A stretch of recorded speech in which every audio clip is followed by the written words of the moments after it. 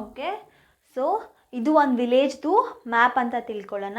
ಇದು ನಿಮ್ಮ ಟೆಕ್ಸ್ಟ್ ಬುಕ್ಸಲ್ಲೇ ಕೊಟ್ಟಿದೆ. ಓಕೆ, ನೀವಿಲ್ಲಿ ನೋಡ್ಬೋದು, ಇಲ್ಲಿ post office, community centre, tree, play ground, school, well, shops, ಮತ್ತು ಇದು ಹೌಸಸ್, ಮತ್ತು ಇದು ಆರ್ಕಿಡ್ ಅಂತೆಲ್ಲ ಇದೆ. ಫಸ್ಟ್ ನಾನು ಮ್ಯಾಪ್ ಕೊಟ್ಟಿದ ತಕ್ಷಣ ನಾನು ಅಬ್ಸರ್ವ್ ಮಾಡಬೇಕು. ಏನು ಅಬ್ಸರ್ವ್ ಮಾಡಬೇಕಂತ ಹೇಳಿದೆ? ಫಸ್ಟ್ ಡಿರೆಕ್ಷನ್ ನೋಡಿ, ಮ್ಯಾಪ್ದು ಡಿರೆಕ್ಷನ್ ಹೇಗಿದೆ? ನಾರ್ತ್. ಆ್ಯರೋ ಮಾರ್ಕ್ ಹೀಗಿದೆ ಅಲ್ವಾ? So this is the north direction. ಮತ್ತು ಇಲ್ಲಿ ನೋಡಿ ಸ್ಕೇಲ್ ನೋಡಿ, 1 centimetre is equals to 10 metres ಅಂತ ಕೊಟ್ಟಿದ್ದಾರೆ. ಸೊ ದಿಸ್ ಇಸ್ ದಿ ಅದೇನು ಡೈರೆಕ್ಷನ್ ಮತ್ತು ಸ್ಕೇಲ್ ಆಫ್ ಅ ಮ್ಯಾಪ್. ಆಯಿತಾ? ಇಂಪಾರ್ಟೆಂಟ್, ಇದು ತಿಳ್ಕೊಳ್ಳಿ. ನೆಕ್ಸ್ಟು ಎರಡು ಕ್ವೆಶನ್ಸ್ ಕೇಳಿದ್ದಾರೆ ನಿಮ್ಮ ಟೆಕ್ಸ್ಟ್ ಬುಕ್ಕಲ್ಲಿ. ಏನಂತ? ಕಮ್ಯುನಿಟಿ ಸೆಂಟರ್ ಮತ್ತು ಏನು ಪ್ಲೇ ಗ್ರೌಂಡು ವಿಕಾಸ್ ಮನೆಯಿಂದ ಯಾವ ಡಿರೆಕ್ಷನ್ಸಲ್ಲಿದೆ ಅಂತ ನೋಡಿ. It is saying, please determine the direction of the community centre and the play ground from Vikas's house. ವಿಕಾಸ್ದು ಮನೆ ಎಲ್ಲಿದೆ ನೋಡಿ, ಇಲ್ಲಿದೆ ನೋಡಿ, HOUSE. ಇಷ್ಟು 3 ಹೌಸಸ್ಸು ಯಾರ್ಯಾರ್ದು? ವಿಕಾಸ್, ಶೀಲಾ, ಕರೀಮ್ದು. ಸೊ ವಿಕಾಸ್ ಮನೆಯಿಂದ ಕಮ್ಯುನಿಟಿ ಸೆಂಟರ್ ಯಾವ ಡಿರೆಕ್ಷನಲ್ಲಿದೆ ಮತ್ತು ಪ್ಲೇ ಗ್ರೌಂಡ್ ಯಾವ ಡಿರೆಕ್ಷನಲ್ಲಿದೆ? ಕಮ್ಯುನಿಟಿ ಸೆಂಟರ್ ನೋಡಿ, ನಮ್ಮ ಮ್ಯಾಪ್ ಹೆಂಗಿದೆ? ನಾರ್ತು ಇದೆ ಅಲ್ವಾ? So this top will be the north, ಇದು ಬಾಟಮ್ ಸೌತ್, ಈ ಕಡೆ ವೆಸ್ಟ್, ಆ ಕಡೆ east. So community centre is in the north of Vikas's house. Correct ಅಲ್ಲ? It is in the north direction. ಅದೇ ಥರ ಈಚೆ ನೋಡಿ, ಪ್ಲೇ ಗ್ರೌಂಡ್ ಎಲ್ಲಿದೆ? ಸೊ ನೀವು ಈ ಥರ ಮ್ಯಾಪ್ ಕ್ವೆಶನ್ ಕೇಳಿದ ತಕ್ಷಣ ಈಗೊಂದು ಪಾಯಿಂಟ್ಸ್ ಹಾಕ್ಕೊಂಡ್ಬಿಡಿ. ಇದು ನಾರ್ತ್, ಸೌತ್, ಈಸ್ಟ್, ವೆಸ್ಟ್. ಇದು north east, south east, south west, north west. So community centre Vikas ಮನೆ ಸೌತಲ್ಲಿದೆ, ಕಮ್ಯುನಿಟಿ ಸೆಂಟರ್ ಎಲ್ಲಿದೆ? ನಾರ್ತಲ್ಲಿದೆ. So it is in the north of Vikas's house. ಅದೇ ಥರ ವಿಕಾಸ್ ಹೌಸ್ ಸೌತಲ್ಲಿದೆ. ಮತ್ತು ಇಲ್ಲೆಲ್ಲಿದೆ? ಪ್ಲೇ ಗ್ರೌಂಡ್ ಎಲ್ಲಿದೆ? ಪ್ಲೇ ಗ್ರೌಂಡು ಅವನ ಮನೆಯಿಂದ ನಾರ್ತ್ ಈಸ್ಟಲ್ಲಿ ಇದೆ.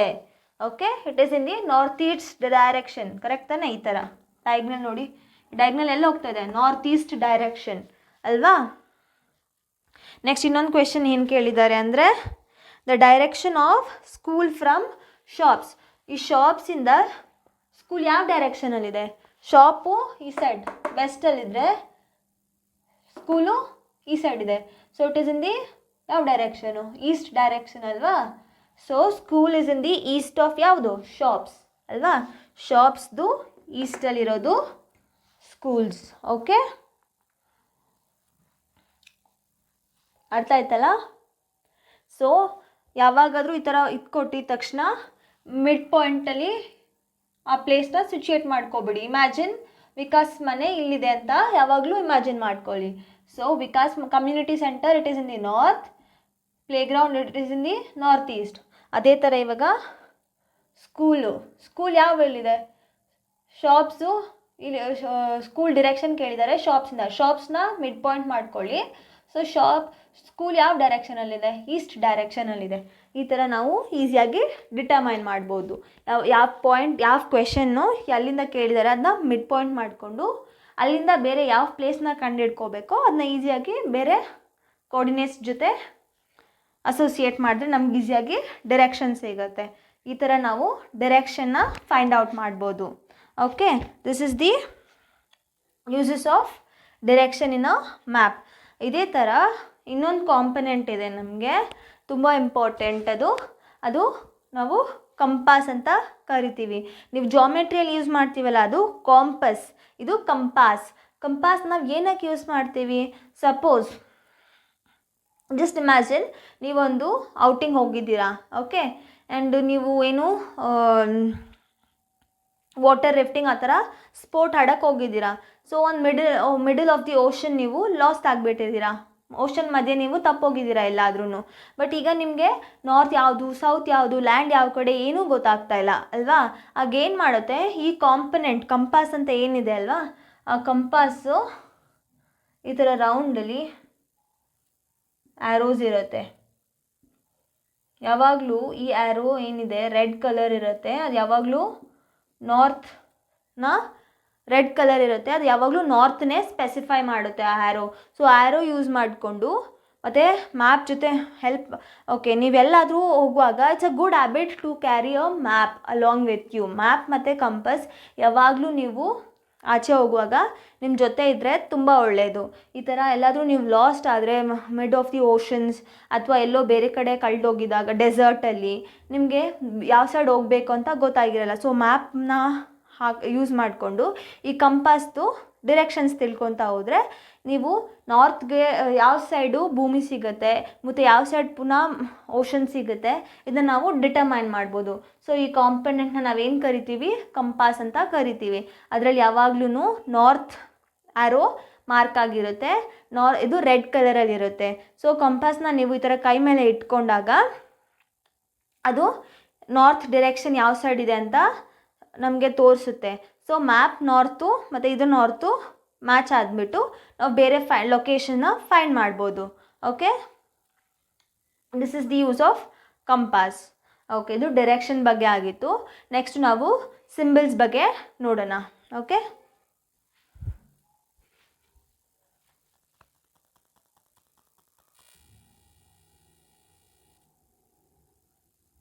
ನೋಡಿ ಇದೇ ಕಂಪಾಸು. ಓಕೆ, ಇದೇ ಕಾಂಪೊನೆಂಟು ನೀವು ನೋಡ್ಬೋದು, ರೆಡ್ ಆ್ಯರೋ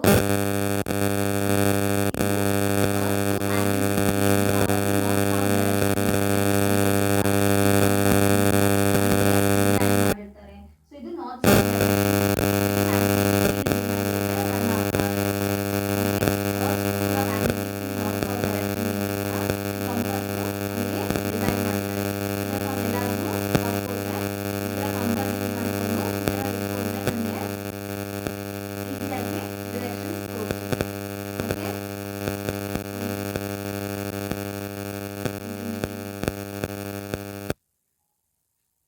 ಇದು ನಾರ್ತ್ ಅಂತ ತೋರಿಸ್ತಾ ಇದೆ.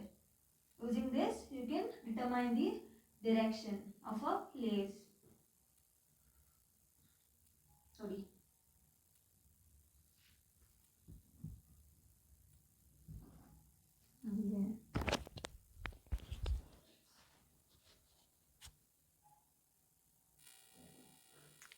ಓಕೆ, ನಾವು next component of a map ನೋಡೋಣ.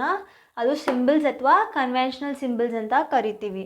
ನೀವೊಂದು ಹೇಳಿ, is it possible to draw actual shape and size of different features of the earth on a map? For example, ಒಂದು ಬಿಲ್ಡಿಂಗೇ ತಗೊಳ್ಳಿ ಅಥವಾ ಒಂದು ಮೌಂಟೇನ್ಸು, ಓಷನ್ನು, ರೋಡ್ಸು, ಅದನ್ನು ಆ್ಯಕ್ಚುಯಲ್ ಹೆಂಗಿದೆಯೋ ಹಂಗೆ ತೊಗೊಂಡು ಬಂದು ಮ್ಯಾಪ್ ಮೇಲೆ ಡ್ರಾ ಮಾಡೋಕ್ಕಾಗತ್ತಾ? ಆಗಲ್ಲ ಅಲ್ವಾ? ಸೊ ನೀವು ನೋಡಿದ್ದೀರಾ ಎಷ್ಟು ಮಲ್ಟಿ ಸ್ಟೋರ್ ಬಿಲ್ಡಿಂಗ್ಸ್ ಇರುತ್ತೆ, 10 ಫ್ಲೋರ್ಸ್ 15 ಫ್ಲೋರ್ಸ್, ಆ ಥರ 15 ಫ್ಲೋರ್ಸ್ನ ರೆಪ್ರೆಸೆಂಟ್ ಮಾಡೋಕ್ಕೆ ಇದೇ ಥರ ಸ್ಮಾಲ್ ಪಿಕ್ಚರಲ್ ರೆಪ್ರೆಸೆಂಟೇಷನ್ಸ್ನೇ ಸಪೋಸ್ ಹಿಂಗೆ 10 ಫ್ಲೋರ್ಸ್ ಮಾಡ್ತಾ ಹೋದರೆ ಎಷ್ಟು ಸ್ಪೇಸ್ ಕನ್ಸ್ಯೂಮ್ ಆಗುತ್ತೆ ಅಲ್ವಾ? ಬಿಲ್ಡಿಂಗ್ಸ್ನ ರೆಪ್ರೆಸೆಂಟ್ ಮಾಡೋಕ್ಕೆ ಅಥವಾ ಅಷ್ಟು ಉದ್ದ ರೋಡ್ಸ್ನ ರೆಪ್ರೆಸೆಂಟ್ ಮಾಡೋಕ್ಕೆ ಅಲ್ವಾ? ತುಂಬ ಏನಾಗುತ್ತೆ, ಸ್ಪೇಸ್ ಕನ್ಸ್ಯೂಮಿಂಗ್ ಅಲ್ವಾ? So it is practically not possible ಅಲ್ವಾ to draw the same actual shape ಮತ್ತು ಸೈಜ್ನ ಇಟ್ಕೊಂಡು ಅದು ಹೆಂಗಿದೆಯೋ ಹಂಗೆ ಅದನ್ನ ಡ್ರಾ ಮಾಡೋಕ್ಕಂತೂ ಸಾಧ್ಯ ಅಲ್ಲ. It is practically not possible. So ಇದನ್ನು ಮ್ಯಾಪ್ ಮೇಲೆ ಈ ಥರ ಬಿಲ್ಡಿಂಗ್ಸ್ನ, ಮೌಂಟೇನ್ಸ್ನ, ಈ ಥರ ಓಷನ್ಸ್ನ ರೆಪ್ರೆಸೆಂಟ್ ಮಾಡೋಕ್ಕೆ ನಾವು ಕೆಲವು ಸಿಂಬಲ್ಸ್ನ ಯೂಸ್ ಮಾಡ್ತೀವಿ. ಈ ಫೀಚರ್ಸೇ ಡಿಫ್ರೆಂಟ್ ಕಲರ್ಸ್ ಯೂಸ್ ಮಾಡ್ತೀವಿ, ಶೇಡ್ಸ್ ಯೂಸ್ ಮಾಡ್ತೀವಿ, ಶೇಪ್ಸ್ ಯೂಸ್ ಮಾಡ್ತೀವಿ. ಈ ಥರ ಇದನ್ನೆಲ್ಲ ನಾವೇನಂತ ಕರಿತೀವಿ, ಅದನ್ನು ಸಿಂಬಲ್ಸ್ ಅಂತ ಕರಿತೀವಿ. ಓಕೆ, ಆ ಸಿಂಬಲ್ಸ್ ಯಾಕೆ ಯೂಸ್ಫುಲ್ ಆಗುತ್ತೆ, ಹೆಂಗೆ ಐಡೆಂಟಿಫೈ ಮಾಡೋದು ಅಂತ ನಾವು ನೋಡೋಣ.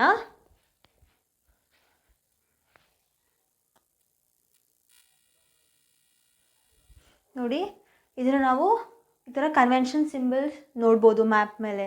ರೈಲ್ವೆ ಲೈನ್ ನೋಡಿ, ಬ್ರಾಡ್ ಗೇಜ್ನ ಈ ಥರ ರೆಪ್ರೆಸೆಂಟ್ ಮಾಡ್ತಾರೆ, ಮೀಟರ್ ಗೇಜ್ನ ಈ ಥರ ರೆಪ್ರೆಸೆಂಟೇಷನ್ ಇರುತ್ತೆ. ಮತ್ತು ರೈಲ್ವೆ ಸ್ಟೇಷನ್ ಇದ್ದರೆ ನೋಡಿ, ಇಲ್ಲಿ RS ಅಂತ ಸ್ಪೆಸಿಫೈ ಮಾಡಿರ್ತಾರೆ. ಸ್ಟೇಷನ್ ಥರ ಒಂದು ಪಿಕ್ಚರ್ ಮಾಡಿ RS ಅಂತ ಸ್ಪೆಸಿಫೈ ಮಾಡಿದರೆ ಅದು ರೈಲ್ವೆ ಸ್ಟೇಷನ್. ಬ್ರಾಡ್ ಗೇಜ್ಗೆ ಮೀಟರ್ ಗೇಜ್ಗೆ ನೀವು ಡಿಫ್ರೆನ್ಸ್ ನೋಡ್ಬೋದು. ಇದು ಎಷ್ಟು ತಿಕ್ಕಾಗಿದೆ ಮತ್ತು ಇದು ಸಿಂಗಲ್ ಲೈನ್ ಮೇಲೆ ಟ್ರ್ಯಾಕ್ಸ್ ಇರೋ ಥರ. ಮತ್ತು ರೋಡ್ಸ್ ನೋಡ್ಬೋದು, ಮೆಟಲ್ ರೋಡ್ ಅಂದರೆ 2 ಸ್ಟ್ರೇಟ್ ಲೈನ್ಸ್, ಬಿಕಾಸ್ ಎಲ್ಲ ರೋಡ್ಸ್ ಉದ್ದಕ್ಕೂ ನೀವು ಮೆಟಲ್ ಲೈನ್ಸ್ ನೋಡಿರ್ತೀರ, ಮೆಟಲ್ಸ್ ಹಾಕಿರ್ತಾರಲ್ಲ ಅದನ್ನ ಮೆಟಲ್ಡ್ ರೋಡ್ ಅಂತ ಕರೀತಾರೆ. ಅನ್ಮೆಟಲ್ಡ್ ರೋಡ್ಸ್ನ ಈ ಥರ ರೆಪ್ರೆಸೆಂಟ್ ಮಾಡ್ತಾರೆ. ಅಂದರೆ ಬ್ರೇಕ್ಡ್ ಲೈನ್ಸ್ನ ಎರಡು ಬ್ರೇಕ್ಡ್ ಲೈನ್ಸ್ನ ರೆಪ್ರೆಸೆಂಟ್ ಮಾಡ್ತಾರೆ, ಅನ್ಬ್ರೋಕನ್ ಲೈನ್ಸ್ನ. ಓಕೆ, ಇದು ರೋಡ್ಸ್ದಾಯಿತು. ಬೌಂಡ್ರೀಸ್ ವಿಚಾರಕ್ಕೆ ಬಂದರೆ ಇಂಟರ್ನ್ಯಾಷನಲ್ ಬೌಂಡ್ರೀಸ್ ನೋಡಿ ತಿಕ್ಕಾಗಿರುತ್ತೆ ಅಂತ ನಾನು ಆಗಲೇ ಹೇಳಿದ್ದೆ. ಓಕೆ, ಸ್ಟೇಟ್ ಬೌಂಡ್ರೀಸ್ ನೋಡಿದ್ರೆ ತಿನ್ನಿರ್ಬೋದು. ನೋಡಿ, international boundaries one dash, dot, dash ಮತ್ತು ಡಾಟ್, ಇದು ತಿಕ್ ರೆಪ್ರೆಸೆಂಟೇಷನ್ ಇರುತ್ತೆ. Similar in the case of state, thin dashed line with small dots, whereas in district it's just a dashed line. Okay, ಇದು boundaries. River ಅಂದರೆ ನೋಡ್ಬೋದು ನೀವು, ಇದು full blue ಇರುತ್ತೆ ಈ ಥರ. ಓಕೆ, ವೆಲ್ಲಲ್ಲಿ ಒಂದು ಬ್ಲ್ಯಾಕ್ ಡಾಟ್. ಟ್ಯಾಂಕ್ ಅಂದರೆ ಈ ಥರ ಎಂಬ್ಯಾಂಕ್ಮೆಂಟ್ ಇದ್ಬಿಟ್ಟು ಮಿಡಲಲ್ಲಿ ಮಾತ್ರ ವಾಟರ್ ಇರೋ ಥರ ತೋರಿಸ್ತಾರೆ. ಕೆನಾಲ್ ಅಂದರೆ ನೋಡ್ಬೋದು ನೀವು, ಮೇನ್ ಫ್ಲೋಯಿಂದ ಸೈಡ್ಗೆ ತೊಗೊಂಡಿರೋದನ್ನ ಕೆನಾಲ್ ಅಂತ ಕರಿತೀವಿ. ಬ್ರಿಡ್ಜ್ ಅಂದರೆ ಈ ಥರ ರೆಪ್ರೆಸೆಂಟ್ ಮಾಡ್ತಾರೆ. ನೆಕ್ಸ್ಟ್ ಟೆಂಪಲಿಗೆ ಬಂದರೆ ನೋಡಿ, ಟೆಂಪಲ್ ರೆಪ್ರೆಸೆಂಟೇಷನ್ ಹೇಗಿದೆ, ಮತ್ತು ಚರ್ಚ್ ರೆಪ್ರೆಸೆಂಟೇಷನ್ಗೆ ನೋಡಿ ಇಲ್ಲಿ ಪ್ಲಸ್ ಇದೆ. ಮಾಸ್ಕ್ಗೆ ಗೊತ್ತು ನೀವು, ಎಲ್ಲ ಕಡೆ ಟೋಂಬ್ ಇರುತ್ತೆ, ಮತ್ತು ಈ ಥರ 4 ಮೂಲೆಯಲ್ಲೂ ಪಿಲ್ಲರ್ಸ್ ಥರ ಇರುತ್ತೆ, ಮತ್ತು ಇದು ಛತ್ರಿ ಅಂತ ಹೇಳ್ಬೋದು. ನೆಕ್ಸ್ಟು ಪೋಸ್ಟ್ ಆಫೀಸ್ಗೆ ಜಸ್ಟ್ PO ಅಂತ ಇದ್ದರೆ ಅದು ಪೋಸ್ಟ್ ಆಫೀಸ್, PTO ಅಂತ ಇದ್ದರೆ ಪೋಸ್ಟ್ ಆ್ಯಂಡ್ ಟೆಲಿಗ್ರಾಫ್ ಆಫೀಸ್, ಮತ್ತು ಪೊಲೀಸ್ ಸ್ಟೇಷನ್ ಅಂದರೆ PS ಅಂತ ಬರಿತೀವಿ. ಇನ್ನು ಕೆಲವು ಸಿಂಬಲ್ಸ್ ಇದೆ, ಅದನ್ನ ನೀವು ನೋಡ್ಕೊಳ್ಬೋದು. ಯಾವುದಾದ್ರು ಕೊಟ್ಟಿದೆ ಅಂದರೆ ಗ್ರೇವ್ಯಾರ್ಡ್ ಹೇಗಿರುತ್ತೆ, ಮತ್ತು ಫಾರೆಸ್ಟ್ ಅಂದರೆ ಏನು, ಟ್ರೀ ಕವರ್ ಅಂದರೆ ಏನು, ಈ ಥರ ಎಲ್ಲದಕ್ಕೂ ಪ್ರತಿಯೊಂದು ಸಿಂಬಲ್ಸ್ ಯೂಸ್ ಮಾಡ್ತೀವಿ. ಓಕೆ, ಪ್ರತಿಯೊಂದು ಮ್ಯಾಪಲ್ಲೂ ನೀವು ಈ ಥರ ಸಿಂಬಲ್ಸ್ನ ಐಡೆಂಟಿಫೈ ಮಾಡ್ಬೋದು. ಸೊ ನಾವು ಇದನ್ನು ಏನು ಹೇಳ್ತಾರೆ, map is a universal language. ಈ ಥರ ಸಿಂಬಲ್ಸ್ ಬರೆದ್ಬಿಟ್ರೆ ಭಾಷೆ ಗೊತ್ತಿಲ್ಲ ಅಂದ್ರೂ just by showing these pictures we can know ಅಲ್ಲ. ಬೇರೆಯವ್ರಿಗೆ ನಮಗೆ ಬೇರೆ ದೇಶಕ್ಕೆ ಹೋಗಿದ್ದೀವಿ ಅಂತ ತಿಳ್ಕೊಳ್ಳಿ, ಅಥವಾ ಬೇರೆ ಸ್ಟೇಟ್ಗೆ ಹೋಗಿದ್ವಿ ಅಂತ ತಿಳ್ಕೊಳ್ಳಿ, ನಮಗೆ ಅವ್ರ ಲ್ಯಾಂಗ್ವೇಜ್ ಬರಲ್ಲ. But whereas we show these symbols and ask them how to go to these places, ಹೇಗೆ ಹೋಗಬೇಕು, ಈ ಥರ ರಿವರ್ಗೆ ಹೇಗೆ ಹೋಗಬೇಕು ಅಂತ ಈ ಥರ ಸಿಂಬಲ್ ತೋರಿಸಿದ್ರೆ ಸಾಕು, then they will guide us ಅಲ್ವಾ. So it is a universal language. Okay, ಈ ಥರ ಸಿಂಬಲ್ಸ್ ಇದ್ದರೆ ಅದನ್ನ ಯೂನಿವರ್ಸಲ್ ಲ್ಯಾಂಗ್ವೇಜ್ ಅಂತ ಕರಿತೀವಿ. ಸೊ ಇದಕ್ಕೆ ನಮಗೆ ಭಾಷೆ ಬೇಕಾಗಿಲ್ಲ. ಈ ಥರ ಪಿಕ್ಚರಲ್ ರೆಪ್ರೆಸೆಂಟೇಷನ್ ಮಾಡಿಬಿಟ್ಟು ನೋಡಿ, ನಿಮಗೆ ಅವ್ರ ಭಾಷೆಯಲ್ಲಿ ರೈಲ್ವೆ ಸ್ಟೇಷನ್ಗೆ ಹೆಂಗೆ ಹೋಗಬೇಕು ಅಂತ ಕೇಳೋಕ್ಕೆ ಗೊತ್ತಿಲ್ಲ, ಮ್ಯಾಪ್ನ ಓಪನ್ ಮಾಡ್ತೀವಿ ಮತ್ತು ಈ ಥರ ಸಿಂಬಲ್ ತೋರಿಸ್ತೀವಿ, then they will say railway station ಹಿಂಗೆ ಹೋಗಬೇಕು ಅಂತ. ಓಕೆ, ಸೊ ಇದು ಕನ್ವೆನ್ಷನಲ್ ಸಿಂಬಲ್ಸ್ ಬಗ್ಗೆ ಆಗಿತ್ತು. ಪ್ರತಿಯೊಂದು ಮ್ಯಾಪಲ್ಲೂ ಈ ಥರ ಸಿಂಬಲ್ಸ್ ಇರುತ್ತೆ. Using these symbols it becomes easier for us to represent them. Okay, ಇದು components of map. Components of ಮ್ಯಾಪ್ನಲ್ಲಿ 3 ಟೈಪ್ಸ್ ನೋಡಿದ್ವಿ, ಡಿಸ್ಟೆನ್ಸ್, ಡೈರೆಕ್ಷನ್ ಮತ್ತು ಈಗ ಸಿಂಬಲ್ಸ್. ಓಕೆ, ನೆಕ್ಸ್ಟ್ ನಾವು ಸ್ಕೆಚ್ ಅಂದರೆ ಏನು, ಪ್ಲ್ಯಾನ್ ಅಂದರೆ ಏನು ಅಂತ ನೋಡೋಣ.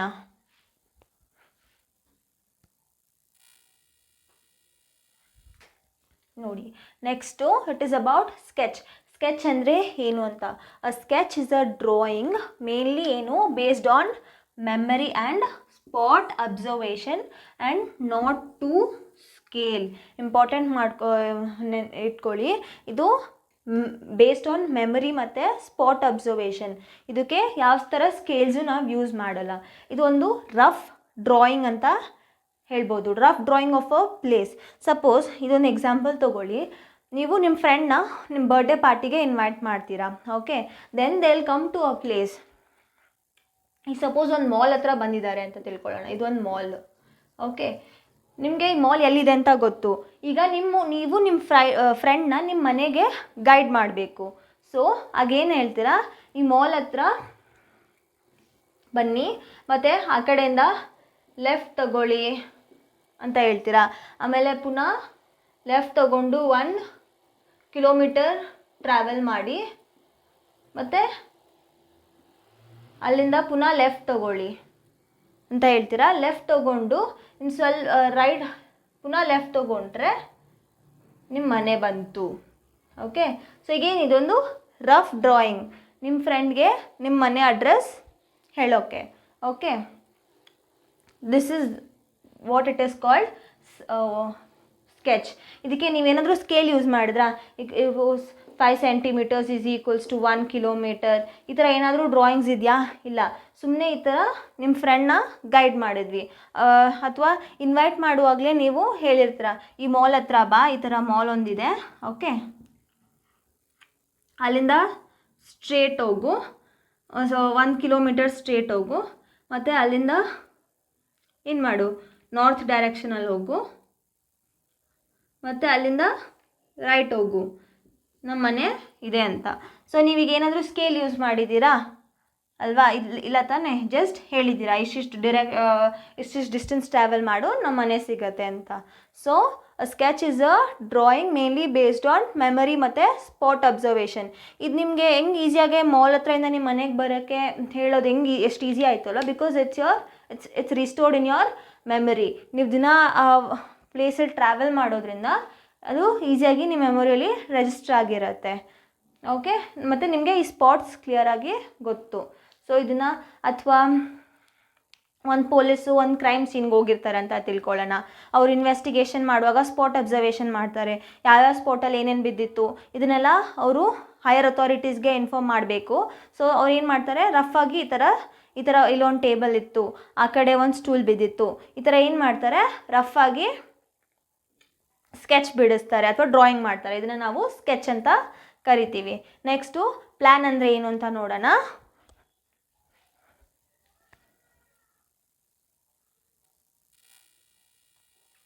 ಓಕೆ, ಈಗ ಪ್ಲ್ಯಾನ್ ಅಂದರೆ ಏನು?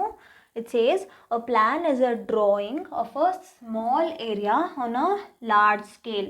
ನಿಮ್ಗಾಗಲೇ ಸ್ಮಾಲ್ ಸ್ಕೇಲ್ ಮ್ಯಾಪ್ಸ್ ಎಕ್ಸ್ಪ್ಲೇನ್ ಮಾಡುವಾಗ ಹೇಳಿದ್ದೆ ಅಲ್ವಾ, ಲಾರ್ಜ್ ಸ್ಕೇಲ್ ಮ್ಯಾಪ್ ಎಕ್ಸ್ಪ್ಲೇನ್ ಮಾಡುವಾಗ ಹೇಳಿದ್ದೆ ಅಲ್ವಾ, ಒಂದು ಚಿಕ್ಕ ಜಾಗನ ಮ್ಯಾಪ್ ಮೇಲೆ ಡ್ರಾ ಮಾಡಿಬಿಟ್ಟು ಅದಕ್ಕೆ ಸ್ಕೇಲಿಂಗ್ ಏನು ಲಾರ್ಜ್ ಸ್ಕೇಲ್ ಕೊಡ್ತೀವಿ. ಅಂದರೆ ಏನು ಹೇಳಿದೆ ಆಗಲೇ, 5 centimetres is equals to just 500 metres. ಈ ಥರ ಯಾವುದಕ್ಕೆ, ವಿಲೇಜಸ್ಗೆ, ಸಿಟೀಸ್ಗೆ, ಈ ಥರ ಇದಕ್ಕೆ ನಾವು ಲಾರ್ಜ್ ಸ್ಕೇಲ್ ಮ್ಯಾಪ್ಸ್ ಯೂಸ್ ಮಾಡ್ತೀವಿ ಅಂತ ಹೇಳಿದ್ದೆ. ಬಟ್ ಇವನ್ ಇಯರ್ ನೋಡಿ, ಅ plan is a drawing of a small area on a large scale. ನಮಗೆ ಗೊತ್ತು large scale maps gives us a lot of information ಕೊಡುತ್ತೆ. ಬಟ್ ಒಂದು ಪರ್ಟಿಕ್ಯುಲರ್, ಈಗ ನಾನು ಹೇಳಿದೆ ಇದನ್ನು ನಾವು ಲಾರ್ಜ್ ಸ್ಕೇಲ್ ಮ್ಯಾಪ್ಸ್ ಏನಕ್ಕೆ ಯೂಸ್ ಮಾಡ್ತೀವಿ, ವಿಲೇಜಸ್ಗೆ ಯೂಸ್ ಮಾಡ್ತೀವಿ, ಸಿಟೀಸ್ಗೆ, ಟೌನ್ಸ್ಗೆ ಈ ಥರ ಯೂಸ್ ಮಾಡ್ತೀವಿ. ಬಟ್ ಇನ್ ಪರ್ಟಿಕ್ಯುಲರ್ ನಿಮ್ಮ ಬಿಲ್ಡಿಂಗ್ ಬಗ್ಗೆನೇ ನಿಮಗೆ ಏನು ಒಂದು ಸ್ಕೆಚ್ ಅಥವಾ ಒಂದು ಡ್ರಾಯಿಂಗ್ ಬೇಕಿತ್ತು ಅಲ್ವಾ. ಈಗ ನಿಮ್ಮ ರೂಮ್ದು ಬ್ರೆಡ್ತ್ ಮತ್ತು ವಿಡ್ತ್ ಎಷ್ಟಿದೆ ಅಂತ ತಿಳ್ಕೊಬೇಕು, ಅಥವಾ ನಿಮ್ಮ ಫ್ಲೋರಿಂಗ್ ಲೆವೆಲಿಂದ ಸೀಲಿಂಗಿಗೆ ಹೈಟ್ ಎಷ್ಟಿದೆ ಅಂತ ತಿಳ್ಕೊಬೇಕು. ಈ ಥರ ಎಲ್ಲ ಮಾಡಬೇಕಾದ್ರೆ ಅದೆಲ್ಲ ನಮಗೆ ಮ್ಯಾಪ್ಸಲ್ಲಿ ಇದೇ ಒಂದೊಂದು ಬಿಲ್ಡಿಂಗ್ದು ನಮಗೆ ಮ್ಯಾಪ್ಸ್ ಸಿಗೋಕ್ಕಾಗಲ್ಲ. ಸೊ ಒಂದೊಂದು ಪರ್ಟಿಕ್ಯುಲರ್ ಬಿಲ್ಡಿಂಗ್ಸ್ದು ಹೈಟು, ಬ್ರೆಡ್ತು, ವಿಡ್ತು, ಎಲ್ಲೆಲ್ಲಿ ಏನೇನು ಬರಬೇಕು, ಎಲ್ಲಿ ಬಾಲ್ಕನಿ ಬರಬೇಕು, ಎಲ್ಲಿ ಹಾಲ್ ಬರಬೇಕು, ಯಾವ ಜಾಗದಲ್ಲಿ ಕಿಚನ್ ಬರಬೇಕು, ಯಾವ ಜಾಗದಲ್ಲಿ ಟಾಯ್ಲೆಟ್ ಮತ್ತು ಬಾತ್ರೂಮ್ ಬರಬೇಕು, ಈ ಥರ ಎಲ್ಲ ಪ್ರತಿಯೊಂದು ಇನ್ ಡೀಟೇಲ್, ಇನ್ ಡೆಪ್ತ್ ಹೋಗೋದನ್ನ ನಾವು ಪ್ಲ್ಯಾನ್ ಅಂತ ಕರಿತೀವಿ, ಓಕೆ. ಅದೇ plan. It says a plan is a drawing of a small area on a large scale.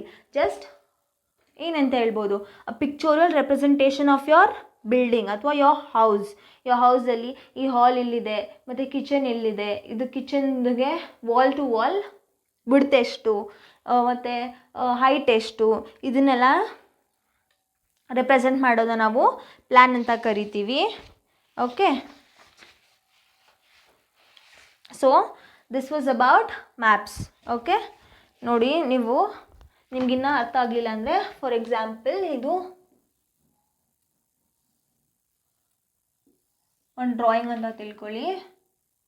So ಇಲ್ಲಿಂದ ಇಲ್ಲಿಗೆ for example this is your kitchen ಮತ್ತು ಇದು ನಿಮ್ಮ ಡೈನಿಂಗ್ ಹಾಲ್ ಅಂತ ತಿಳ್ಕೊಳ್ಳೋಣ. ಕಿಚನ್ದು ಇಲ್ಲಿಗೆ ಎಂಟ್ರೆನ್ಸ್ ಇರುತ್ತೆ ಅಂತ ತಿಳ್ಕೊಳ್ಳೋಣ, okay. This is your dining hall ಮತ್ತು ಈ ಕಡೆ ನಿಮ್ಮದು ಯುಟಿಲಿಟಿ ಏರಿಯಾ ಅಂತ ತಿಳ್ಕೊಳ್ಳೋಣ, ಯುಟಿಲಿಟಿ ಏರಿಯಾ, ಓಕೆ. ಸೊ ಈಚೆ ಬಂದರೆ ನಿಮ್ಮದು main hall,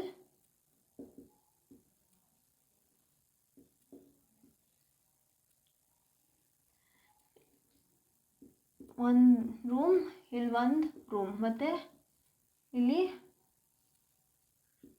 toilet and Baat ಈ ಥರ ಇರುತ್ತೆ. ಸೊ ಇಲ್ಲಿ ನೋಡಿ, ಇದು